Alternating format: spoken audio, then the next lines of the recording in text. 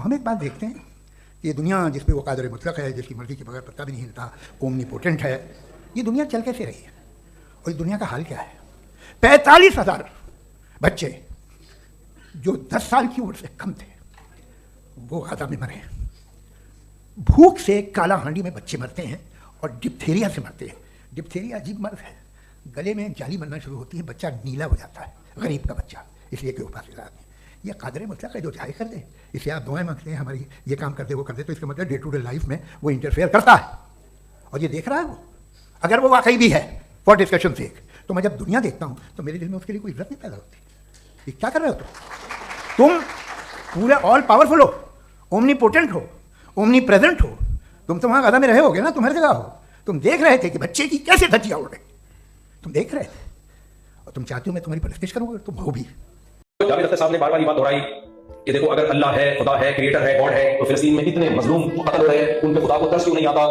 یہ کس پہ اعتراض ہے؟ اللہ پہ۔ اللہ نے قرآن میں اس کا جواب دیا، لا تحسبن اللہ غافلا عما يعمل الظالمون، ظالم جو کچھ کر رہا ہے اللہ کو اس سے ہرگز غافل مت سمجھو۔ نون تاکید کا لگا دیا اللہ نے، ہرگز ڈبل نون۔ سوال کرتا ہوتا ہے اللہ تو کہہ رہا ہے مجھے ترس بھی آ رہا ہے مظلوم پہ، ظالم پہ غصہ بھی آ رہا ہے، اللہ ہرگز غافل نہیں ہے، تو پھر سزا کیوں نہیں دے رہا؟ اس کا بھی اللہ نے جواب دیا، انما یؤخرهم لیوم تشخص فیہ الابصار، میرا ایک قاعدہ ہے، دنیا میں ظلم بھی چلے گا، انصاف بھی چلے گا، رحمت بھی چلے گی اور غضب بھی چلے گا، یہ دنیا میں سب کچھ ہوگا، ناحق انسانوں کا قتل بھی ہوگا اور انسانوں کی زندگیاں بچانے والے بھی پیدا ہوں گے، ماں باپ کو ستانے والے بھی ہوں گے، ماں باپ کو خوشیاں دینے والے بھی ہوں گے، اور لوگوں سے لوٹ کھسوٹ کر کے بال کھانے والے بھی ہوں گے، اور لوگوں پہ خرچ کرنے والے بھی ہوں گے، اور راتوں کو فلمیں ڈرامے دیکھنے والے بھی ہوں گے، خدا کے سامنے اٹھ کے سجدہ ریز ہونے والے بھی ہوں گے، اور یتیم کا مال کھانے والے بھی ہوں گے، اور یتیموں کی کفالت کرنے والے بھی ہوں گے، زنا کرنے والے بھی ہوں گے، نکاح کرنے والے بھی ہوں گے، رشتے جوڑنے والے بھی ہوں گے، رشتے توڑنے والے بھی ہوں گے، اور حرام کھانے والے بھی ہوں گے، حلال کھانے والے بھی ہوں گے، یہ سب سوسائٹی میں قیامت تک رہیں گے۔ نماز چھوڑنے والے بھی ہوں گے، نماز پڑھنے والے بھی ہوں گے، مارکیٹ میں اچھائیوں کی جتنی قسمیں ہیں وہ بھی ہر وقت اویلیبل ہوں گی، اور برائیوں کی جتنی قسمیں ہیں وہ بھی ہر وقت اویلیبل ہوں گی۔ اسی طرح دنیا چلے گی۔ اب تمہیں جب یہ شان ہوگا کہ برائی کو خدا نے برداشت کیوں کیا ہوا ہے، کیا خدا سے غیرت ختم ہو گئی ہے؟ نہ نہ نہ، اللہ اپنے نبی کی زبان سے کہلوائے گا کہ میں سب سے زیادہ غیرت والا اور اللہ مجھ سے بھی زیادہ غیرت والا۔ جب زمین پہ کوئی برائی ہوتی ہے تو مجھے اور آپ کو اتنی غیرت نہیں آتی جتنی اللہ کو آتی ہے، مجھے اور آپ کو اتنا غصہ نہیں آتا جتنا